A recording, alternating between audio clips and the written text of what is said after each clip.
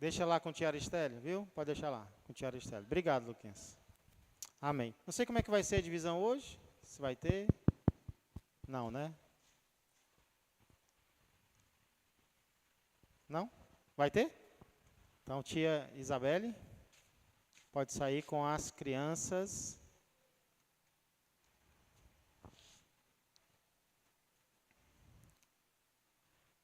Se Deus quiser, na próxima quinta a gente vai estar acrescentando também a classe de discipulados. Biel, tá escondido, Gabriel? Pode ir, Biel. Amém. Convido a amada igreja a abrirmos a palavra de Deus no livro de Hebreus, carta aos Hebreus, capítulo de número 11, verso de número 32. Hoje, na próxima quinta, a gente encerra o nosso estudo nesse versículo. Epístola aos Hebreus. Não sabemos quem é o autor humano.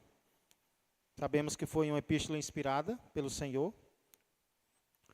No capítulo 11, nós temos os heróis da fé, a galeria dos heróis da fé. E nós estamos no verso 32, o qual diz assim. Hebreus 11 e 32. Amém? E que mais direi? Certamente me faltará o tempo necessário para referir o que há a respeito de Gideão, de Baraque, de Sansão, de Jefté, de Davi, de Samuel. Nós entendemos porque faltava tempo para ele, né? Já faz um bom tempo que a gente está nesse versículo.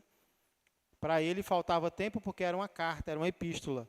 Mas nós temos, graças a Deus, oportunidade de meditar nesse versículo. Vou ler novamente.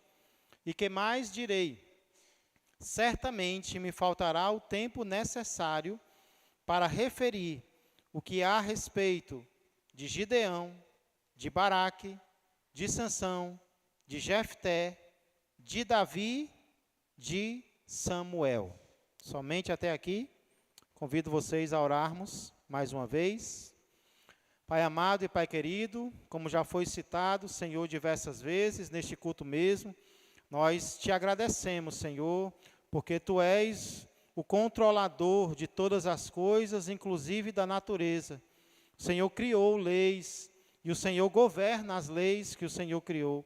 Inclusive, nós cremos, Pai, que é o Senhor quem está controlando as chuvas, Pai. Por isso nós agradecemos por essa provisão física, natural, para a nossa terra, para o nosso povo. Pai, nós também queremos pedir que o Senhor tenha misericórdia de nós e nos proteja, Senhor, de enfermidades, de doenças, inclusive aqueles irmãos, Pai, que porventura estejam enfermos, estejam doentes, nós pedimos a Tua cura para os seus corpos, Pai, que o Senhor traga saúde, que o Senhor traga alívio das dores, das doenças, das enfermidades. E agora agradecemos pelo alimento espiritual também, pela Tua palavra, na qual nós podemos meditar livremente, Senhor. Muito obrigado. Que o Senhor traga edificação aos nossos corações e aqueles que ainda não se entregaram a Ti, que o Senhor traga, Senhor, o Teu Evangelho, para que eles entendam e se entreguem a Ti. É o que eu peço e agradeço em nome de Jesus Cristo. Amém e amém. Glória a Deus. Quem aqui pode me dizer algo acerca do significado da expressão apesar dos pesares? Acho que é a parte de uma música, inclusive, né? Ou não? Os músicos aí podem me ajudar? Apesar dos pesares, o que significa essa expressão? Às vezes a gente fala e nem para pensar, né? Quem pode me dizer algo?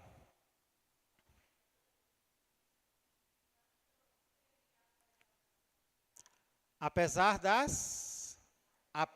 das dificuldades. Muito bem, irmã Rita, a ideia é mais ou menos essa.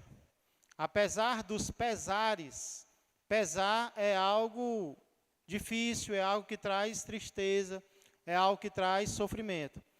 Então, apesar dos pesares, tem um sentido de que algo aconteceu. Mesmo que com dificuldades, com tristezas, com dores, com decepções. Apesar dos pesares, do choro, das lágrimas, das dificuldades, algo ocorreu, algo aconteceu. Por exemplo, apesar dos pesares, vocês vieram para o culto hoje, né? Ou seja, apesar do tempo chuvoso, apesar do cansaço pelo trabalho, pelos estudos, apesar da vontade de ficar em casa, apesar de saber que muitos irmãos faltariam hoje, né? Mesmo assim, vocês vieram.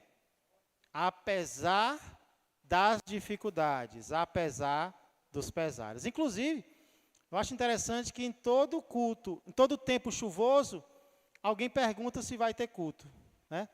Nós ficamos em dúvida. Mas aí eu fiquei pensando, um aluno dedicado, falta o colégio quando chove? Não. Um trabalhador dedicado, falta o trabalho quando chove? Não, ele vai do mesmo jeito. Então, por que crentes dedicados iriam faltar ao culto porque chove? Podia estar nevando, né? Nós teríamos vindo essa noite do mesmo jeito. Deveríamos vir, pelo menos, né? Se assim Deus nos permitir, se não for um motivo de força que nos impossibilite de estar aqui, nós estaremos. Nem que seja com neve, mas nós viremos. Então, irmãos, esse é o sentido dessa expressão, apesar dos pesares, apesar das lágrimas, apesar do choro. E por isso, por esse sentido, eu creio que essa é uma expressão que, com certeza, pode ser usada para o personagem que nós estudaremos hoje. É uma expressão que se aplica muito à vida dessa pessoa. Claro que não apenas a vida dele, como a gente vai ver, mas também a vida dele. Esse personagem do qual eu estou falando se chama Samuel.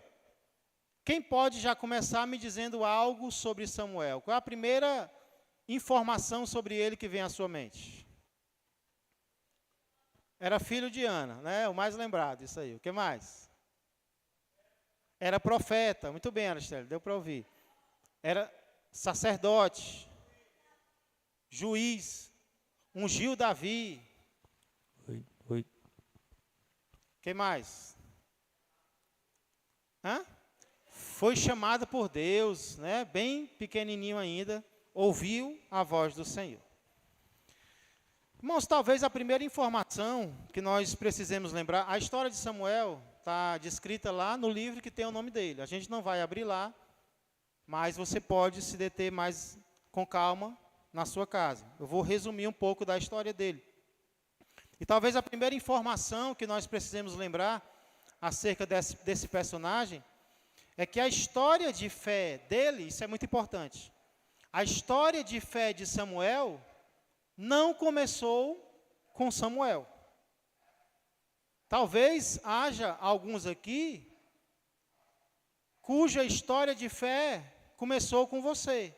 Talvez você foi o primeiro da sua casa que confiou no Senhor. Não sei se tem alguém aqui assim. Você foi o primeiro da sua casa, obrigado, amor, que confiou no Senhor e depois de você outros confiaram. Mas muitas vezes esse não é o caso. Muitas vezes na nossa casa alguém se converte primeiro e através desse alguém a gente vem a conhecer o Senhor também. Esse foi o caso de Samuel. Samuel, a história de fé dele começa com os pais dele. Na verdade, em especial, com a sua mãe. Ana foi uma mulher que, em meio às dificuldades, apesar dos pesares, decidiu confiar no Senhor. Né? E nós sabemos como isso aconteceu. Ana era estéril, ela era irritada por uma rival. Aí teve um dia que ela não suportou tanta dor, e ela clamou, ela chorou na presença de Deus, e fez um voto ao Senhor. O voto é uma promessa. E ela diz que se Deus lhe desse um filho, ela o devolveria ao Senhor. E foi exatamente isso que aconteceu. Então, olha como é importante nós termos fé. Isso pode acabar trazendo fé para outras pessoas também. Porém, irmãos, Samuel cresceu e chegou o momento em que ele próprio teve que colocar a sua confiança em Deus. A mãe dele contribuiu, mas ele mesmo teve que tomar a decisão. Eu vou confiar no mesmo Deus da minha mãe. E quando nós estudamos a história de Samuel, nós vemos, irmãos, que ele fez isso, que ele confiou em Deus. Por isso o nome dele está lá em Hebreus capítulo 11, verso 32. Ele confiou em Deus, apesar dos pesares. Samuel enfrentou muita luta. Samuel enfrentou muita decepção. Que pesares foram esses, pastor? Apesar dos quais Samuel continuou crendo em Deus. Irmãos, foram muitas rebeldias.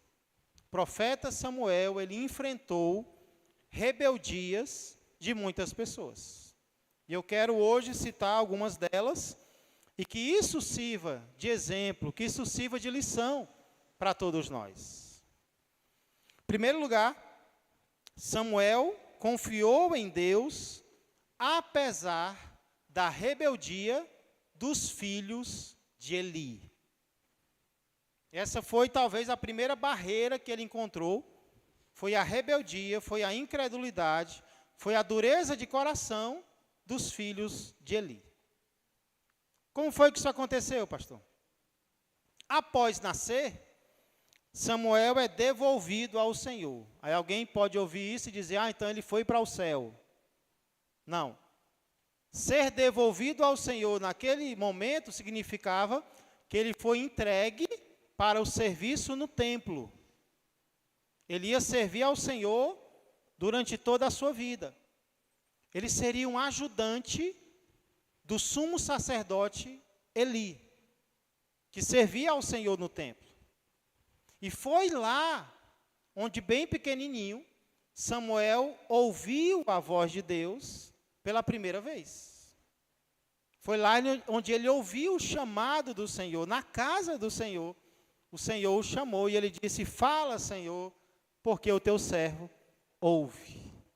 E ali começou uma vida de intimidade entre aquele menino e o Deus de Israel. Então Samuel servia no templo. Porém, no templo também serviam os dois filhos de Eli, que tinham como nomes, Ofni, Finéias, né? Se vocês tiverem gêmeos, tá aí um bom grupo, uma boa dupla de nomes para colocar nos gêmeos, né? Ofni e Finéias. Irmãos, apesar deles serem filhos de um líder, apesar deles serem filhos do sumo sacerdote, a palavra de Deus vai dizer que eles eram filhos de Belial e não se importavam com o Senhor. Filho de Belial na Bíblia é uma expressão que significa dizer que alguém é perverso. É como se ele fosse um filho do capeta, um filho do inimigo, um filho de Satanás. Filho de Belial. Na Bíblia é alguém que gosta de intriga, gosta de briga, faz briga entre os irmãos, está lá em Provérbios 6, né, o homem de Belial. Então é alguém que não tem parte com Deus, tem parte com o inimigo. Pastor, e o que esses filhos de sumo sacerdote faziam que era tão grave? Alguém lembra de algum pecado? De Ofni e Finéias? Prostituição, roubavam as ofertas. Muito bem, então eram dois, a Bíblia fala de dois, né? Um deles era meter a mão no sacrifício.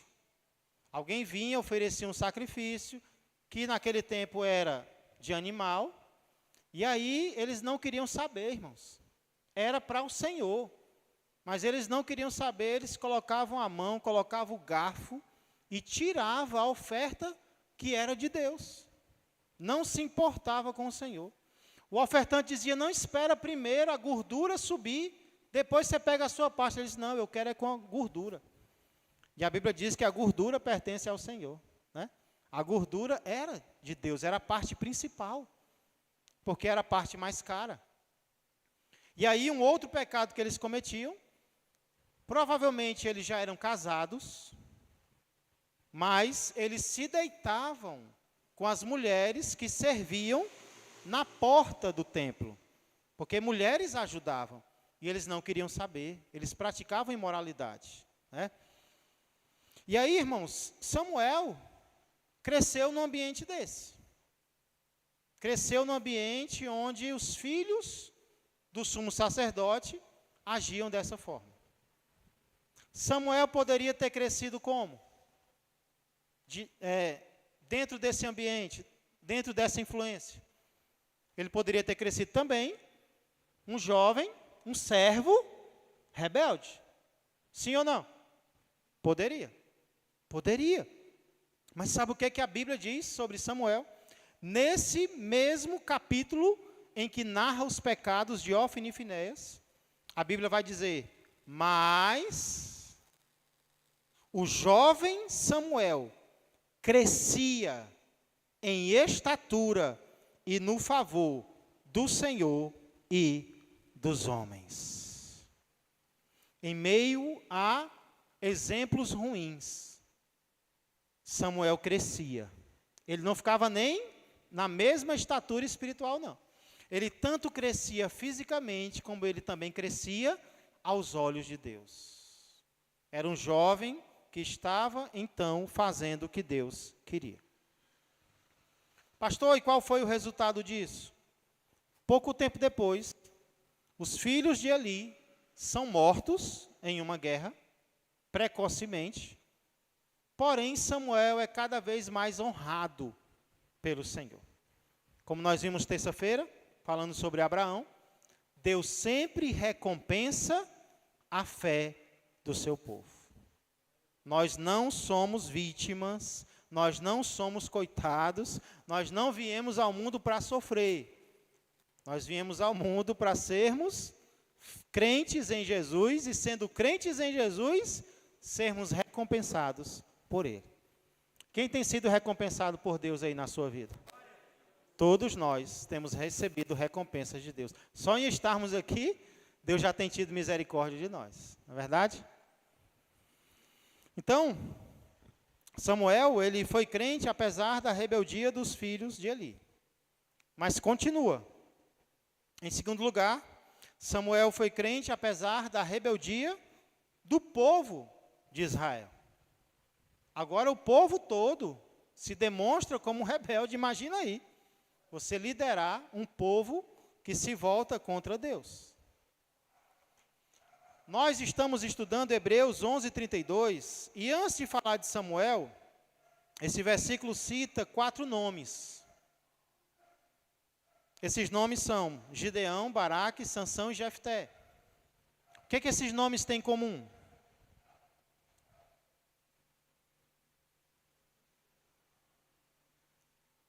Não vai procurar a primeira letra deles não, viu? O que que esses 4 nomes têm em comum? Os primeiros 4 nomes de Hebreus 11:32.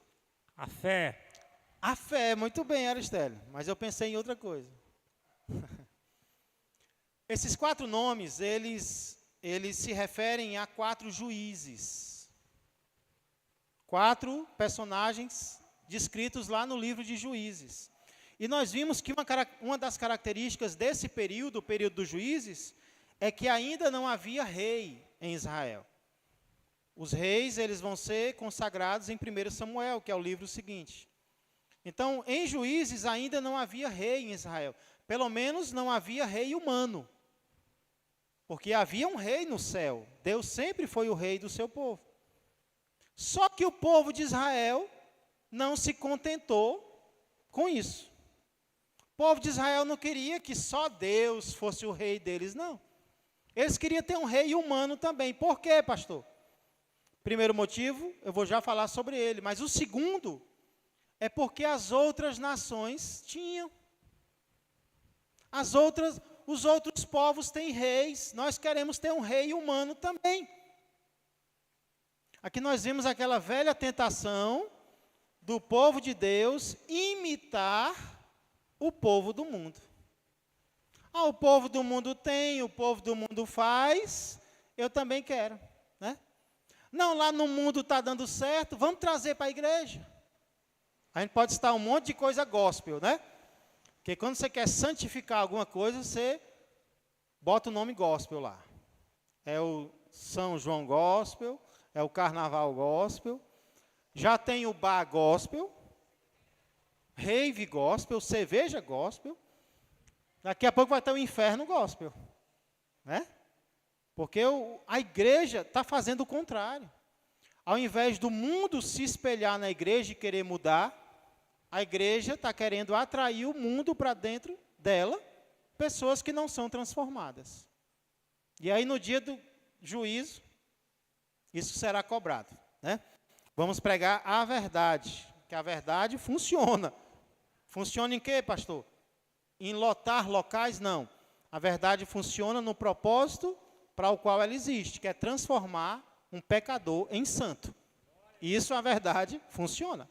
E é para isso que nós estamos aqui, para pregar a verdade que salva. E aí, irmãos, eles quiseram isso.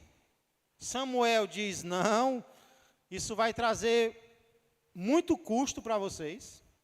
O rei vai pegar a comida de vocês, vai pegar as filhas de vocês, os animais de vocês. Eu não faria isso. O povo não quer nem saber. Parece aquele menino mimado, eu quero. Né? Eu quero um rei, eu quero um rei, eu quero um rei. Não vai dar certo, é muito pesado. O povo mesmo assim quer. O povo se rebela contra o Senhor. E aí, irmãos, isso traz muita tristeza para Samuel, porém, Samuel não desiste do seu chamado. Ministrando a pessoas rebeldes, Samuel diz, sabe o que para elas? Elas até demonstram um arrependimentozinho. Aí Samuel diz, elas até dizem, Samuel, não deixa de orar por nós e pregar para nós. Samuel diz, eu? Longe de mim que eu peque contra o Senhor, deixando de orar por vocês. Pelo contrário, eu vou ensinar para vocês o caminho justo e bom. Irmãos, para fazer isso tem que ter persistência. Olha em que nós devemos persistir. Talvez você está lidando com pessoas rebeldes, em algum ministério, em algum lugar de trabalho. O que nós não podemos deixar de fazer por essas pessoas? Não podemos deixar de orar por elas e não podemos deixar de pregar para elas, ensiná-las. Porque senão quem desanimou foi a gente. E não é isso que Deus quer que nós façamos. Vamos persistir fazendo o que agrada ao Senhor. Amém? Então Samuel persiste, apesar da rebeldia dos filhos de Eli, apesar da rebeldia do povo de Israel. Terceiro lugar, apesar da rebeldia do rei Saul. O povo exige um rei, e o que é que nós temos para hoje? Qual é o rei que nós temos para hoje? Vocês querem um rei? Queremos. Pois para hoje, tem um aí no cardápio. O nome dele é... Qual é o nome do primeiro rei de Israel? Saul. O que temos para hoje é Saul.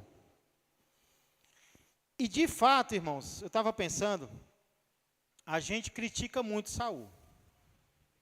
É que nem a mulher de Ló, a mulher de Jó. De Ló também. Mas a mulher de Jó, a gente... mulher ruim, né? Como se Saul sempre tivesse sido rebelde. Isso é um engano. Quando você estuda 1 Samuel 9 10, 11, 12, você vê que Saul começou muito bem, obrigado. Saul não era só bonito, que a Bíblia diz que ele era, mas ele era humilde e ele era sábio. Pessoas vieram criticar Saul no começo do reinado dele. A Bíblia diz que ele se fez cego de um olho e surdo de um ouvido. Olha que sabedoria. Quem ouve tudo que as pessoas falam, vai se desanimar. Quem presta atenção em tudo o que acontece, vai desanimar. Saul disse, eu vou olhar só com o olho e vou ouvir só com a orelha. E aí pessoas que não apoiavam o seu reinado se afastaram. Então Saul começou bem. O problema é que o caráter de Saul não resistiu até o fim. Tem gente que diz que o tempo cura tudo. Não. Quem cura tudo é Deus. O tempo pode até piorar uma doença, uma enfermidade, um pecado. Não deixa com o tempo cura tudo. Cura nada. Toma providência não, para ver. O tempo pode até acabar com algumas coisas. E aí, Saul, ele não desenvolve o seu caráter.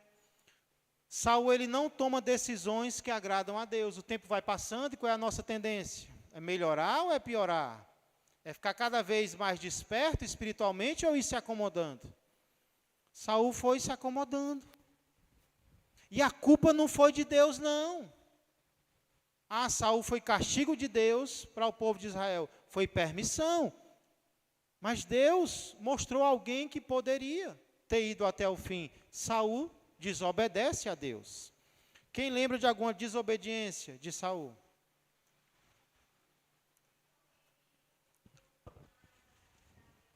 Muito bem, a Paloma resumiu tudo, né? Estão deixando nem o microfone chegar hoje, Alexandre. Mas estão querendo que termine cedo. Fala aí, Paloma, repete. Ele deixou o rei vivo da outra cidade que ele deveria destruir e também trouxe os animais para sacrificar a Deus. Muito bem. Os dois erros de Saul, os dois principais, né? Ele fez um voto precipitado, e aí o filho dele poderia até ter morrido por causa disso, não morreu porque o povo teve misericórdia. Mas os erros principais de Saul foram, primeiro, fazer o que ele não deveria. Ele sacrifica. Saul não era sacerdote, ele era rei. Sacrifício, só quem poderia oferecer era o sacerdote, Samuel, ou o sumo sacerdote. E aí ele, além disso, não faz o que ele deveria.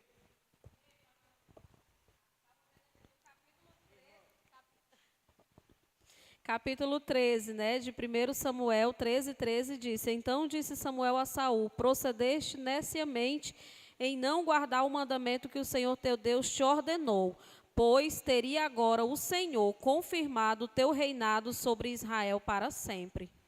Glória a Deus. Deus tem culpa nos pecados de Saul? Né? Tem gente que coloca, não, Deus como responsável por Saul, mas ele tomou as suas decisões. E aí Deus teria confirmado o reinado dele. Aristério. Pastor, está indo tudo bem, só que ele se precipitou em fazer o sacrifício, né? Ele não esperou por Samuel. Por isso que desagradou a Deus, né? Mas, embora que ele fosse da tribo de Levi, mas ele não era sacerdote, né? Não, não era. Ele era da tribo de Levi, Saul? Não? Eu acho que era Benjamim. Benjamim, perdão, Benjamim. Ele era benjamita, né? Eu lembro porque ele era da mesma tribo de Paulo, né? Que era de Benjamim também.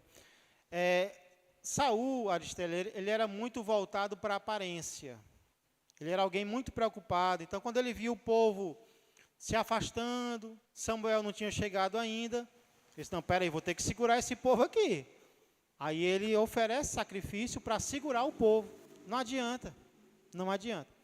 E aí depois ele comete o pecado de não fazer o que ele deveria. O que ele deveria? Era algo difícil.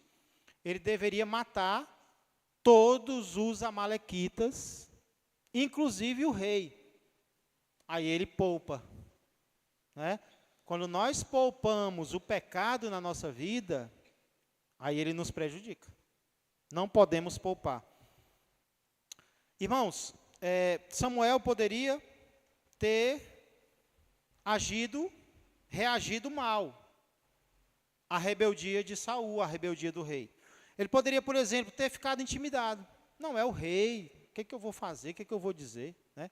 Imagina o prefeito da nossa cidade cometendo um erro diante de você. Alguém poderia, não, aí é o prefeito, não vou dizer nada com ele, não. Ou ele poderia ter desanimado. Rapaz, não vale a pena servir esse Deus, não. As nossas autoridades são muito rebeldes. Mas Samuel não toma uma atitude errada. Pelo contrário, ele faz o que é certo. Primeira coisa que ele faz é confrontar Saul.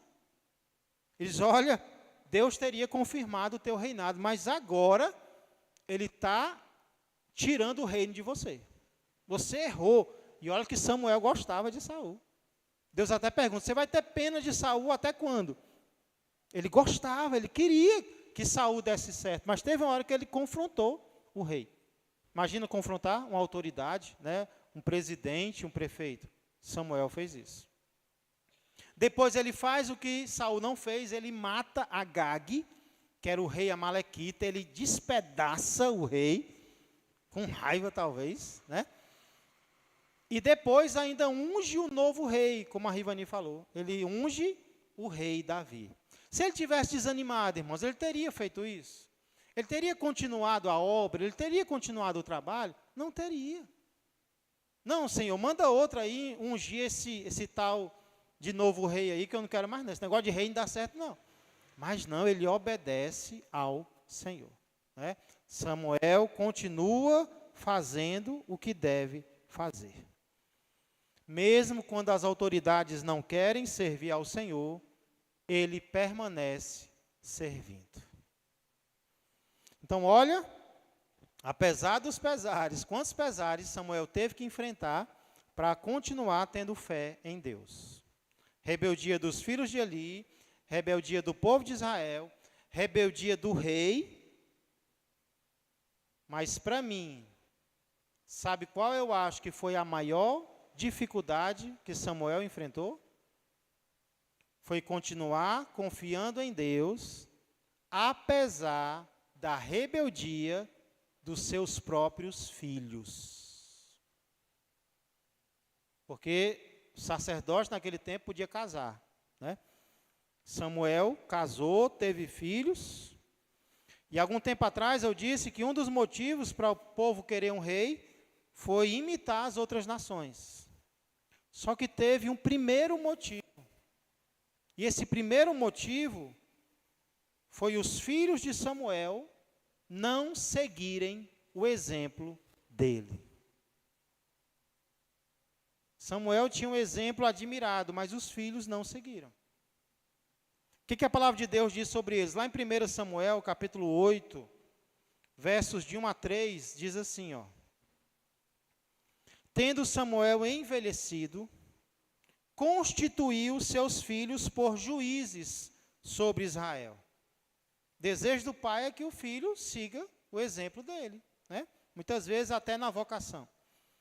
O primogênito chamava-se Joel e o segundo Abias, eram dois. E foram juízes em Berseba. Porém, olha que tristeza, seus filhos não andaram pelos caminhos dele.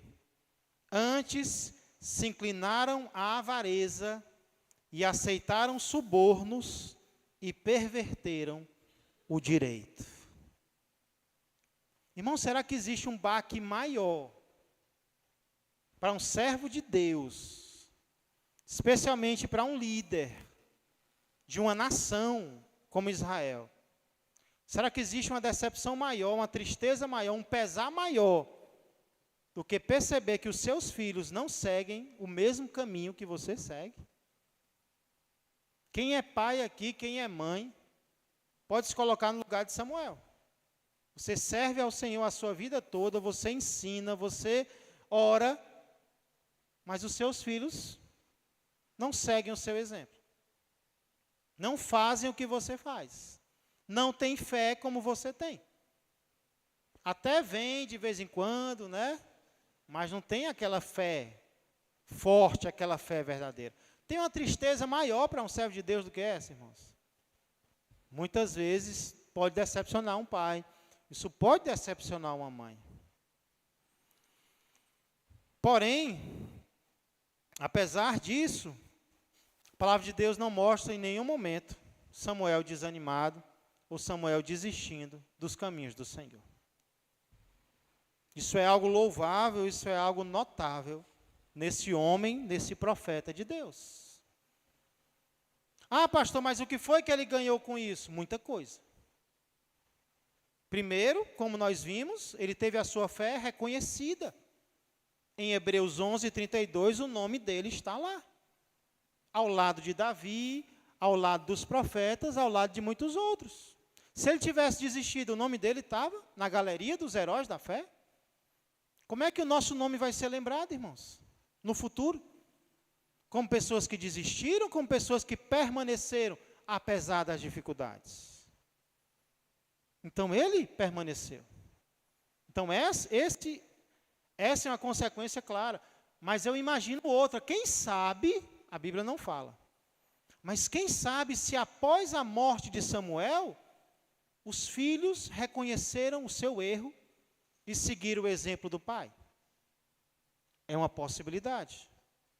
Muitas vezes há filhos que só crescem depois que os pais morrem, infelizmente. Isso pode ter acontecido com os filhos dele.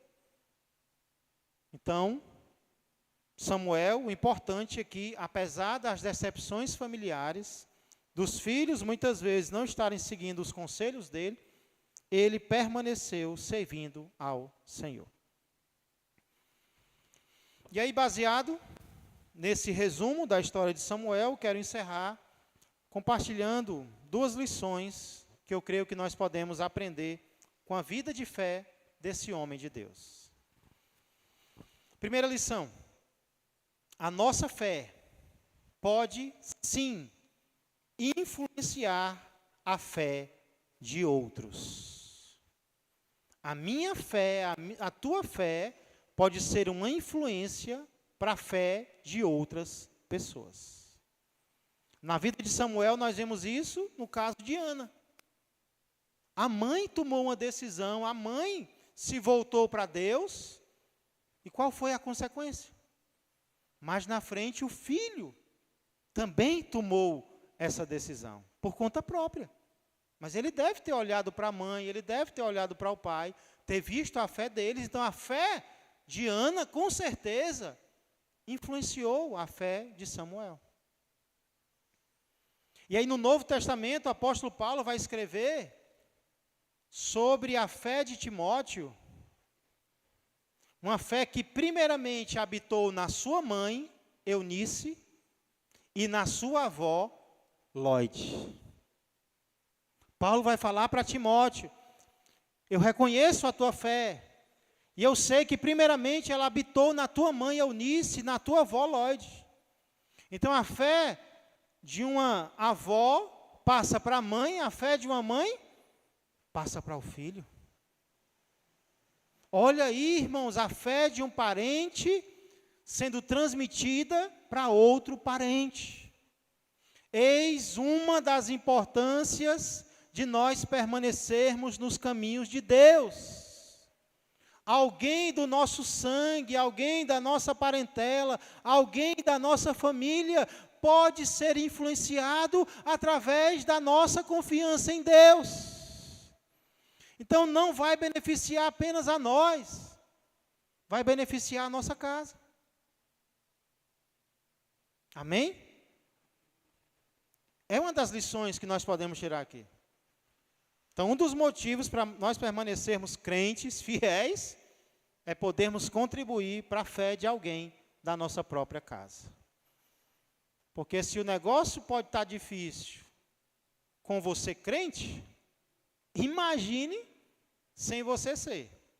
Aí é que o negócio desanda. Amém? Porém, irmãos, nós podemos às vezes influenciar pessoas não apenas da nossa casa.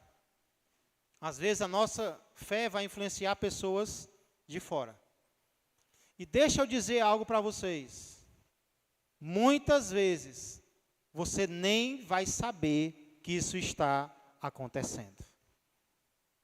Vocês estão aqui essa noite, os irmãos estão nos ouvindo. Nesse momento você está buscando a Deus, você talvez ache, às vezes, está valendo de quê, Senhor? Está valendo a pena em quê? Mas saiba que nesse momento pode ter alguém pensando em você e pensando em seguir os caminhos de Deus com o teu exemplo. Você nem sabe. Olha, só o céu vai dizer muitas coisas que aconteceram na terra. Existem segredos terrenos que só vão ser revelados na glória. O apóstolo Paulo diz, orando ao Senhor, que enquanto Estevão estava derramando o seu sangue, Paulo vai dizer que eu estava lá, eu estava presente, eu consentia com a morte dele e eu ainda segurei as roupas de quem o matou. Isso está descrito lá em Atos 7 e 8. O que é que acontece em Atos 9? Alguém lembra? Em Atos 9, Paulo se converte. Tem alguma ligação, irmão, será?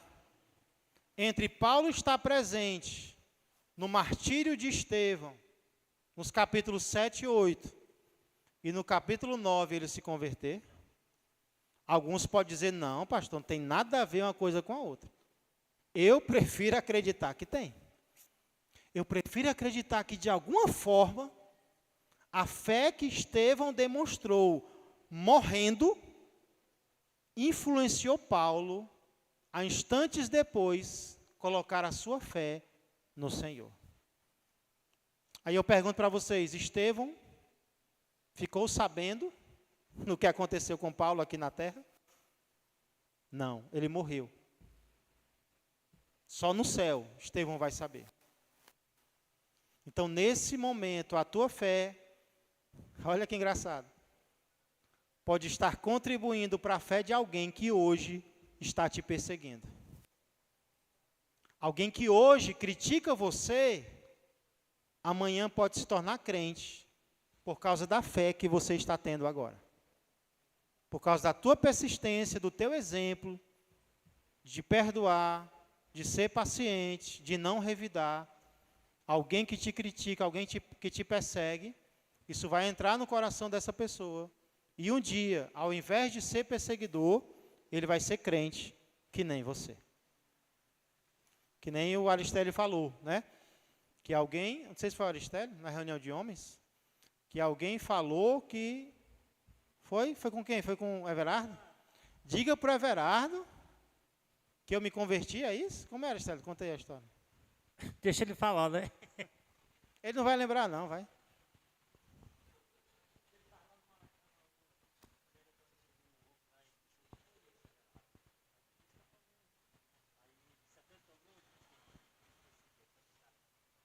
Conta aí, Aristério. Lembrou, Everardo? Lembrei, rapaz. Na invenção não, né, Everardo? Pastor, era um rapaz que morava ali perto da gente aqui, bem pertinho aqui. E esse rapaz era um que perseguia as pessoas mesmo.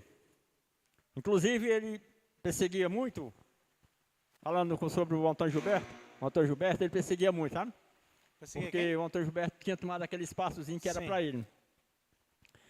E foi muitos atritos, a ponto mesmo de querer matar o Antônio Gilberto.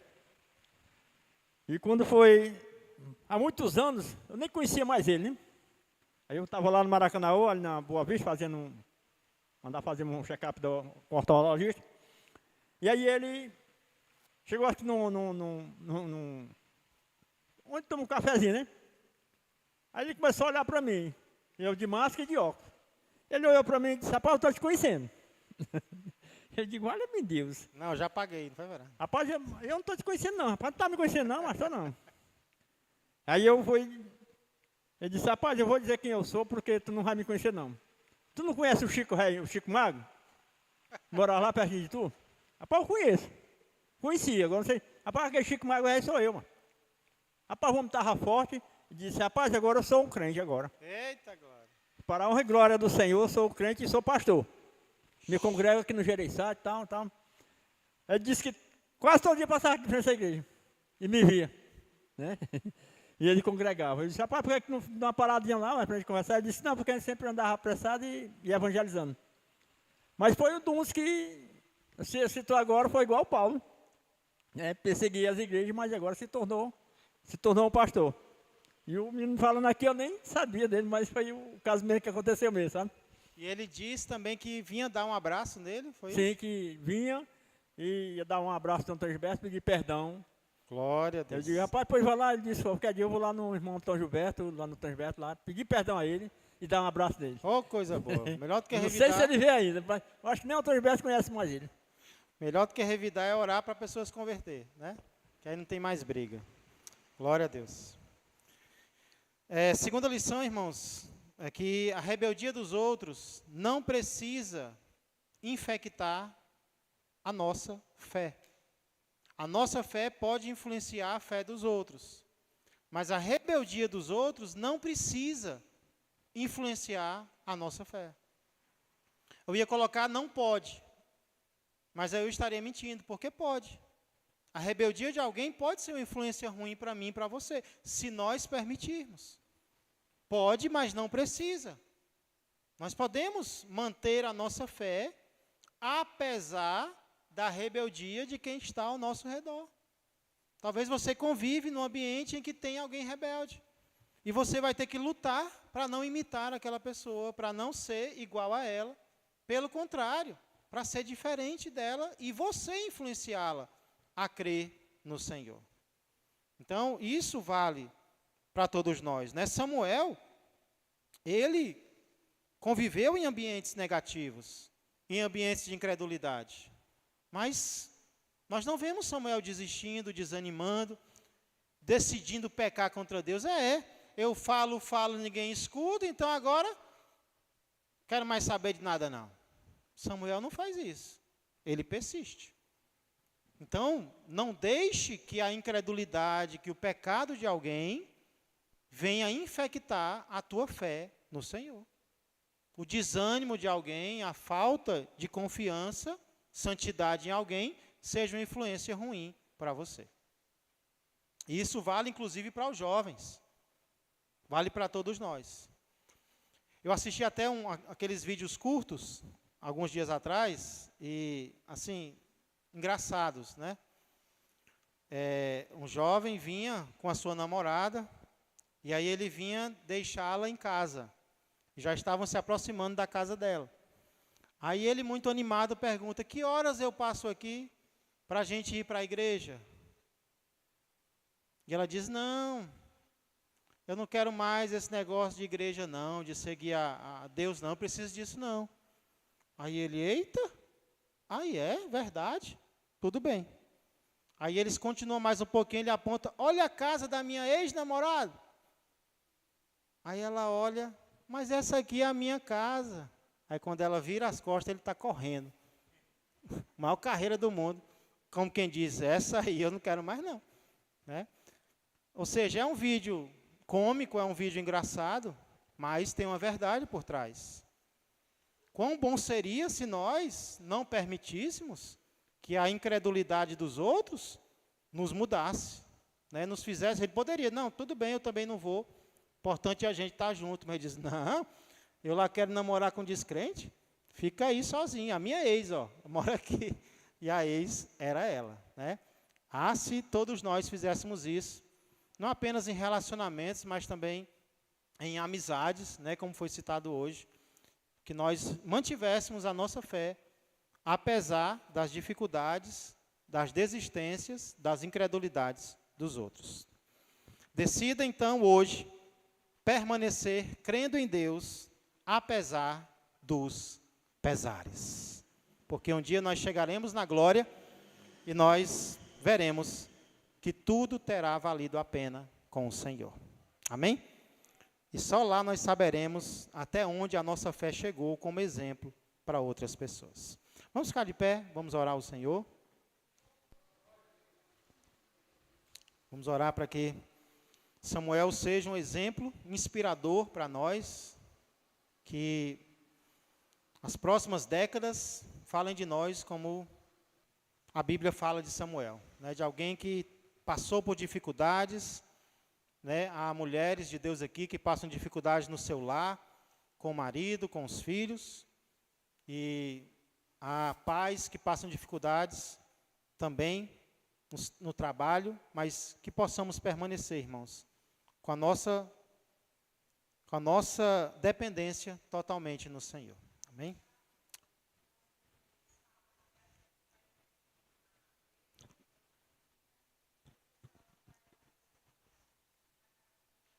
Amém. A Suene está lembrando da nossa programação deste final de semana. No sábado nós teremos uma programação externa para um grupo fechado, né? Pastor Zani, Suiane, e 2 irmãs estarão indo para a casa de recuperação às 4 horas.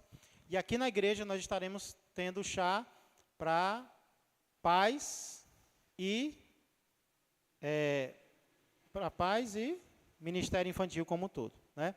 E todos estão convidados. No domingo nós teremos nosso culto de louvor e adoração ao Senhor, o último culto deste mês de fevereiro. Não é isso? Que acaba mais rápido, não é fevereiro? São só 28, 29 dias. Amém? Senhor Deus e amado Pai, nós nos sentimos privilegiados por podermos te chamar assim, Senhor. Muito obrigado por nos tornar teus filhos. Nós que éramos filhos de Belial, filhos das trevas, filhos da desobediência, por causa do sangue do teu Filho Jesus, nos tornamos, Senhor, adotados e nos tornamos herdeiros. Senhor, e agora nós temos fé em nosso coração, mas, como diz o apóstolo Paulo, essa fé, ela vem acompanhada, Senhor, de muitas provações. Somente através das provações, Senhor, passando por elas, é que nós chegaremos ao reino dos céus.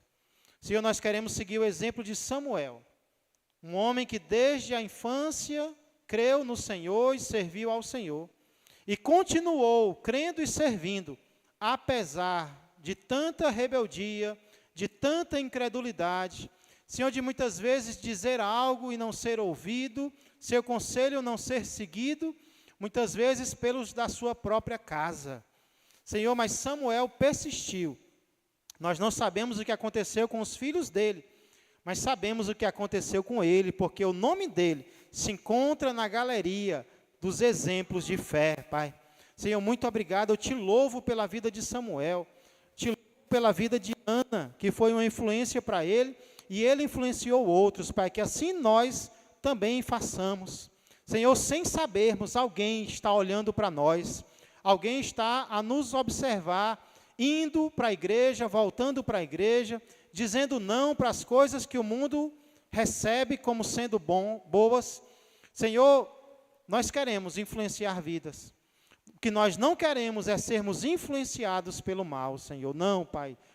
Nos poupa disto, não permite, jamais, jamais. Mesmo que o mundo inteiro, Senhor, que isso nunca aconteça, mas que o mundo inteiro ao nosso redor se desviasse de Ti, que o Senhor nos desse forças para continuarmos, para evangelizarmos o mundo, Senhor, para ele voltar para o Senhor. O Senhor nos dá forças, nos dá sabedoria, nos dá persistência. Abençoa os Teus servos, Pai, homens, mulheres, crianças e jovens, nesse período carnavalesco que está chegando, onde o mundo considera como algo feliz, nós sabemos que o pecado só traz desgraça. Por isso, Senhor, muito obrigado pela programação que os jovens estão, Senhor, preparando, que o Senhor abençoe, que seja um tempo maravilhoso. Também neste final de semana, na casa de recuperação, o culto que vai haver, o chá de paz e ministério infantil aqui também, que seja uma bênção, e o culto voltado para Ti. Nos despede para os nossos lares em paz, debaixo da Tua proteção e graça.